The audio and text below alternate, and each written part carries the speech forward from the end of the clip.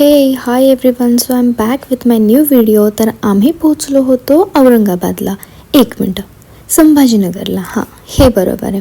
Actually आमच्याकडे उद्या एक फंक्शन आहे आणि त्यासाठी आम्ही पूर्ण फॅमिली पोहोचलो होतो संभाजीनगरला. आता ही आहेत सगळी पाटलांची चिल्ली पिल्ली. हां, याच्यामध्ये एक पिल्लू थोडं मिसिंग आहे, त्याला आम्ही सगळ्यांनी खूप मिस केलं. तर ही आहे माझी चुलत जाव, दीर, त्यांचे छोटे छोटे बच्चे. हा आहे राया.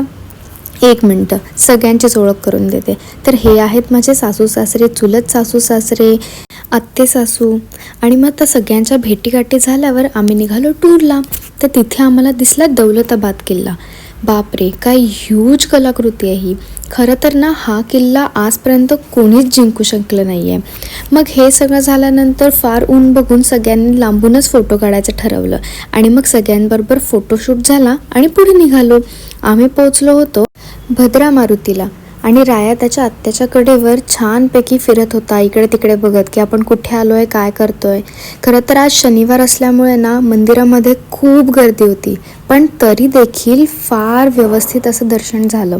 खरं तर ना, मला रायाला अशा धार्मिक स्थळांवर न्यायला ना फार आवडतं. सगळ्या गोष्टींची ओळख होती आणि आवडही निर्माण होती आणि फार प्रसन्न वाटत होतं त्या मंदिरामध्ये. मग बाहेर आल्यानंतर रायाने जय हनुमान, जय श्रीराम अशी घोषणा केली आणि मज्जा करत होतो. आता एवढं उन्हामध्ये फिरल्यानंतर म्हटलं जरा उसाचा रस प्यावा, म्हणून सगळेच जण थांबलो आणि एक एक करत 2 उसाचे ग्लास पोटामध्ये ढकलले.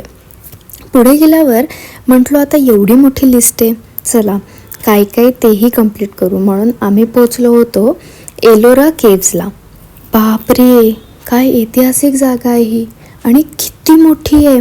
म्हणजे 2 दिवस तर नक्कीच लागतील हे सगळं बघायला, पण वेळ थोडा असल्यामुळे आम्ही थोड्याशाच गोष्टी कवर करू शकलो. ही जागा इतकी मोठी आहे की या प्रत्येक जागाला एक वेगवेगळे नंबर दिलेले आहेत, म्हणजे 16 नंबर केव्ज, 13 नंबर केव्ज किंवा 23 नंबर केव्ज असं. तर ही होती 16 नंबरची केव्ह. आता या केव्हमध्ये ना इतक्या वेगवेगळ्या मूर्त्यांचं कलाकृती होती की बस रे बस. म्हणजे मोठे मोठे हत्ती, सिंह आणि छोट्या छोट्या मूर्त्या, त्यांचे डिटेलिंग, खरंच हे सगळं बघून ना डोकं आणि डोळे थक्क पडले होते. आता इथे जरा नीट बघा, राया एका फॉरेनरला ना हॅलो करत होता त्याच्याच मनाने.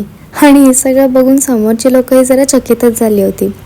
राया सगळ्यांमध्ये फार घुळून मिळून असल्यामुळे ना त्याला सवय आहे, जो तो येईल त्याला हाय हॅलो करायची, which is very good thing.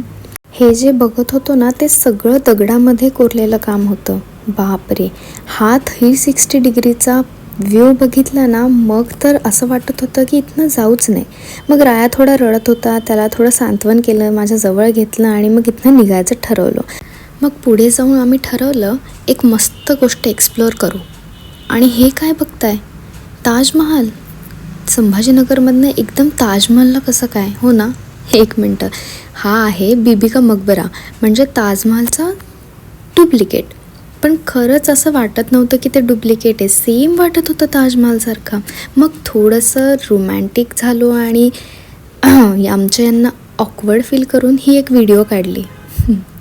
असो, मला तर फार मज्जा आली. मग पुढे जाऊन थोडंसं फोटोशूट केलं आणि मग इथनंही निघायचं डिसाईड केलं. आता एवढी भटकंती झाल्यावर पोटात तर कावळे ओरडायला लागले. तर आम्ही आलो होतो आमच्या हॉटेलवर. तर संभाजीनगरमध्ये जगदंब नावाचं आमचं एक हॉटेल आहे आणि म्हटलं जरा हॉटेलचा व्हिडिओ काढूयात. तर हा आहे हॉटेलचा एरिया, बऱ्यापैकी मोठं आहे आणि टेस्ट म्हणजे बेस्ट आहे एकदम. आणि मग हे सगळं नॉनव्हेज खाऊन पेटू तर एकदम खुश झाला.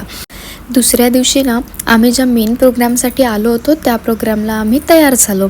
मस्तपैकी गोल्डन कलरच्या साड्या, ज्वेलरी असं घालून आम्ही प्रोग्रामला पोहोचलो. थोडंफार फोटोशूट काढला आणि ॲक्च्युली हे होतं आमचं पारिवारिक स्नेहसंमेलन. ज्या भेटीगाठी झाल्या, प्रोग्राम उरकला आणि आम्ही परतलो.